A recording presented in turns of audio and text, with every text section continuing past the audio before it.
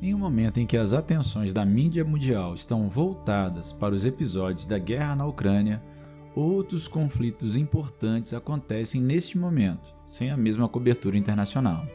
As chamadas guerras esquecidas, que pouco se ouve falar ou despertam pouco interesse dos meios de comunicação no mundo, apesar de provocarem crimes contra a humanidade cotidianamente. Olá pessoal, meu nome é Roger Daltri, sou professor de Geografia e hoje vou contar um pouco para vocês de uma dessas guerras, a guerra na República Democrática do Congo.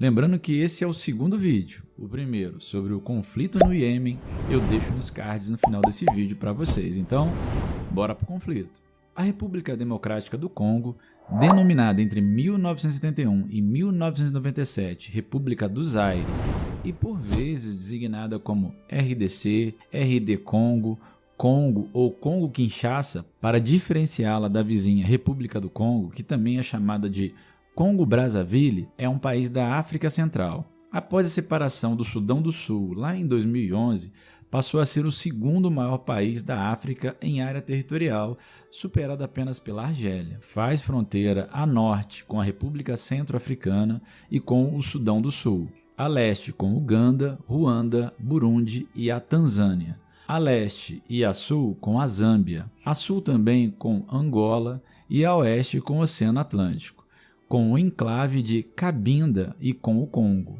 Em geografia política, um enclave é um território com distinções políticas, sociais e ou culturais, cujas fronteiras geográficas ficam inteiramente dentro dos limites de um outro território, e a sua capital e maior cidade é Kinshasa.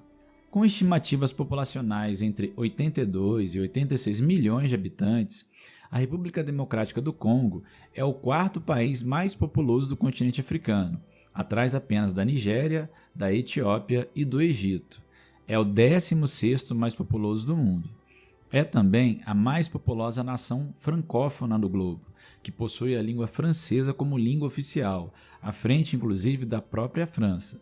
A população democrática congolesa é composta em sua maioria absoluta por cerca de 200 grupos étnicos, em especial da família Bantu, que corresponde a 81% da população. Minorias étnicas importantes incluem a Mangepto, Azande, Mongo e Luba. Tornou-se independente da Bélgica em 30 de junho de 1960 e é desde então considerado um dos países mais pobres do mundo, tendo um dos menores valores de PIB nominal per capita. Seu Índice de Desenvolvimento Humano, o IDH, também está entre os mais baixos do mundo, no valor de 0,435, o que coloca na posição 176 entre 188 países do mundo avaliados. A República Democrática do Congo tem sofrido no período pós-Guerra Fria os momentos mais trágicos de sua história. O país foi palco da Primeira Guerra do Congo e da Segunda Guerra do Congo, essa também chamada de Guerra Mundial Africana, por ser o conflito armado que mais matou desde a Segunda Guerra Mundial, cerca de 3.800.000 pessoas. Contudo, mesmo após o fim formal das conflagrações em 2003, o país vive um estado de violência, na qual mais de 1.600.000 pessoas morreram e outras centenas de milhares de pessoas estão deslocadas internamente, refugiadas ou têm sido vítimas também de violência sexual. Há a permanência de grupos armados que atuam contra as populações civis e o governo central, e em locais onde o aparelho coercitivo do Estado é ineficiente ou, ao mesmo tempo, inexistente. Essa realidade se relaciona com o processo histórico de construção do Estado do Congo, bem como a sua forma e a resolução da Guerra Mundial Africana, mediante mecanismos de paz negociada, o chamado Power Sharing.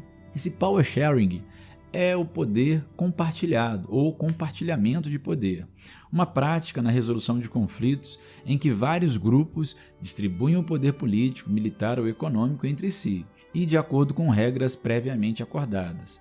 Pode referir-se a qualquer estrutura formal ou pacto informal que regule a distribuição do poder entre comunidades divididas. Desde o fim da Guerra Fria, os sistemas de compartilhamento de poder tornaram-se cada vez mais comuns na negociação de acordos e conflitos armados. A situação de insegurança e instabilidade política no país tornou-se mais exacerbada a partir do final de 2016, quando o presidente Joseph Kabila se recusou a deixar o poder mesmo depois de cumprir 2 mandatos, o que era previsto pela Constituição e que terminariam em dezembro de 2016. Pelo menos 70 grupos armados atuam na região ao leste do país e aproveitam as lacunas deixadas pelo governo para controlar diversas comunidades, de acordo com as principais organizações americanas que atuam no território. Nos últimos meses, os conflitos entre grupos rebeldes e forças de segurança deixaram centenas de mortos no leste do país. Já na província de Kasai, na região central da República Democrática do Congo,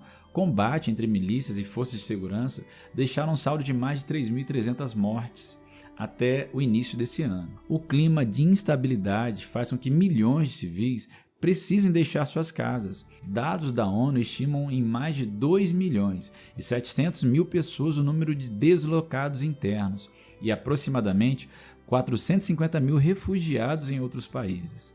A situação na República Democrática do Congo também faz com que a ONU mantenha a sua maior e mais cara missão de paz no mundo dentro desse país, com cerca de 19 mil capacetes azuis, como são conhecidos os soldados da ONU. Nos últimos anos, tem sido comum algumas dezenas de soldados da ONU serem emboscados e mortos dentro desse conflito civil no território da República Democrática do Congo.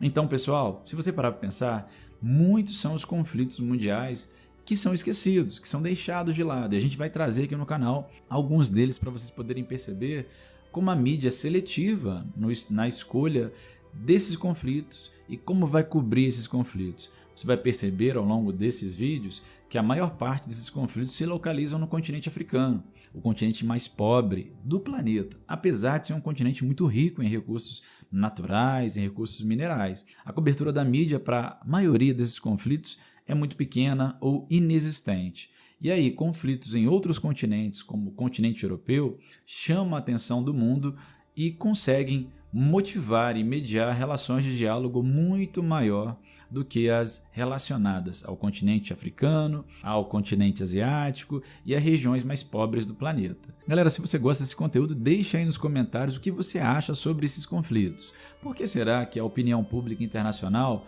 se preocupa tão pouco com os conflitos que acontecem e que ocorrem no continente africano e em outras áreas como o Oriente Médio, a América Latina, outras regiões do mundo como o Sul e Sudeste Asiático, onde você também encontra alguns conflitos e guerras esquecidas? Deixem nos comentários.